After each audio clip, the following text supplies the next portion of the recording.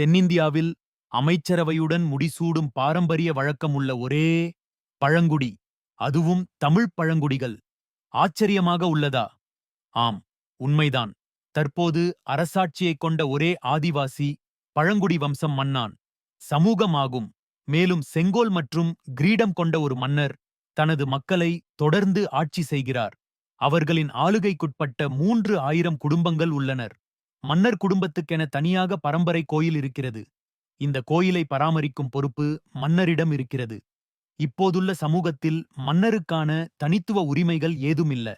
ஆனால் தங்களின் சமூகத்து பிரச்சினைகள், சிக்கல்களை மன்னரே தீர்த்து வைக்கும் பழக்கம் இன்னும் உள்ளது. மன்னருக்கு துணையாக 4 துணை மன்னர்களும் இளையராஜாவும் 50 அமைச்சர்களும் உள்ளனர். இன்னும் 100 ஆண்டுகளுக்கு முந்தைய பாரம்பரியத்தையே தங்களின் சமூக பழக்க வழக்கங்களை பின்பற்றி வருகின்றனர்.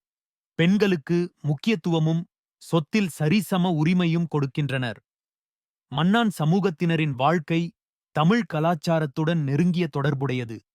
இது அவர்களின் மொழி மற்றும் பழக்க வழக்கங்களில் தெளிவாகத் தெரிகிறது. அவர்கள் தமிழ்நாட்டைச் சேர்ந்தவர்கள் என்றும், பின்னர் பூஞ்சார் ராஜவம்சம் மன்னர்கள் காலத்தில் இடுக்கியில் குடியேறினர் என்றும் நம்பப்படுகிறது. சோழர்களுக்கு எதிரான போரில் தனக்கு சேவை செய்ததற்காக மதுரை பாண்டிய மன்னரால் அவர்களுக்கு வெகுமதியாக வனப்பகுதிகள் வழங்கப்பட்டதாக வாய்மொழி மரபு கூறுகிறது. போருக்குப் பிறகு தற்போதைய கேரள மாநிலத்தின் எல்லைப் பகுதிகளில் வனத்தலைவர்கள் என்ற பட்டத்தையும் நில உடைமைகளையும் அவர் அவர்களுக்கு வழங்கினார். மன்னன் சமூகத்தின் தாயகமான இடுக்கி மாவட்டத்தில் உள்ள காஞ்சியார் கிராம பஞ்சாயத்தின் கோவில்மலை என்னும் கோழிமலை, தென்னிந்தியாவில் குமிளி பஞ்சாயத்தின் மன்னான்குடியிலும் மன்னான்கள் காணப்படுகின்றனர்.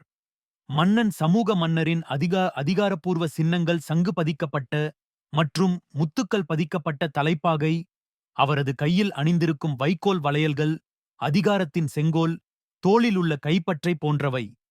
மன்னான் பழங்குடி சமூகம் இந்தியாவில் இன்னும் இருக்கும் 2 பழங்குடி வம்சங்களில் ஒன்றாகும். மன்னான் சமூகத்தின் தற்போதைய மன்னர் ராமன் ராஜ மன்னன் ஆவார். அவர் கோவில்மலாவில் அமைந்துள்ள தனது அதிகாரப்பூர்வ இல்லத்திலிருந்து தனது மக்களை ஆட்சி செய்கிறார். மன்னன் சமூகத்தின் 7வது மன்னர் ராமன் ராஜமன்னன். 14வது மன்னர் நயன் ராஜமன்னனின் காலத்திலிருந்தே இந்த பழங்குடியினரைப் பற்றி உலகம் குறிப்பிடத்தக்க அளவில் அறிந்திருந்தது. அவர் ஒரு தசாப்த காலம் மன்னராக இருந்தார் மற்றும் வெளி உலகத்துடன் சிறந்த உறவை பேணி வந்தார். அவரது தலையீட்டின் மூலம் காஞ்சியாரில் நிறுவப்பட்ட ஒற்றை ஆசிரியர் பள்ளி இன்று ஒரு பழங்குடி பள்ளியாக உள்ளது. அவரது முயற்சியால் மட்டுமே மன்னன் சமூகம் இப்போது கல்வியை ஏற்றுக்கொண்டுள்ளது.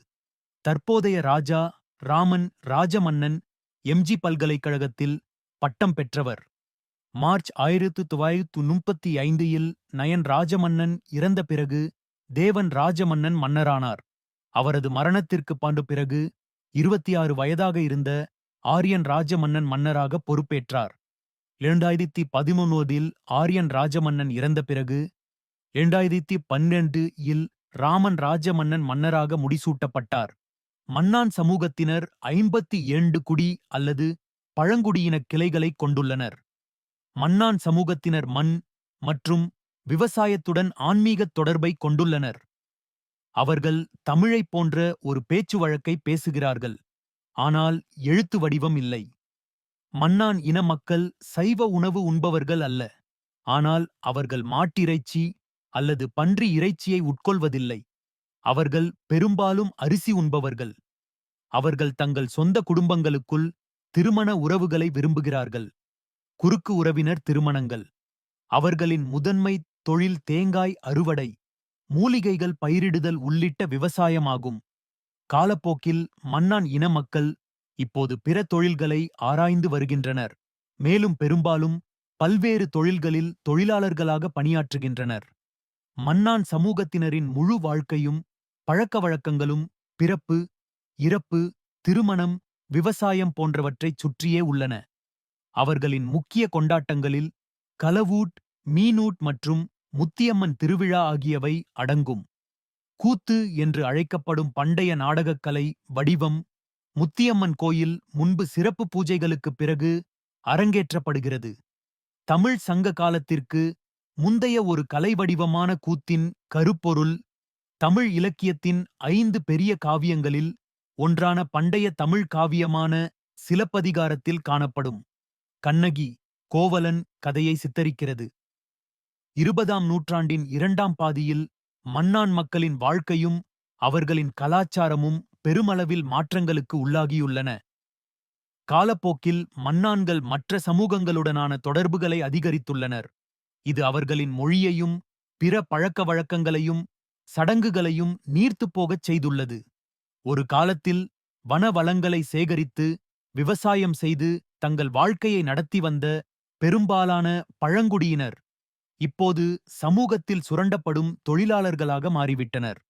மன்னர்களின் தற்போதைய தலைமுறையினர் படிப்படியாக தங்கள் வேர்கள் மற்றும் பாரம்பரியத்துடனான தொடர்பை இழந்து வருகின்றனர்.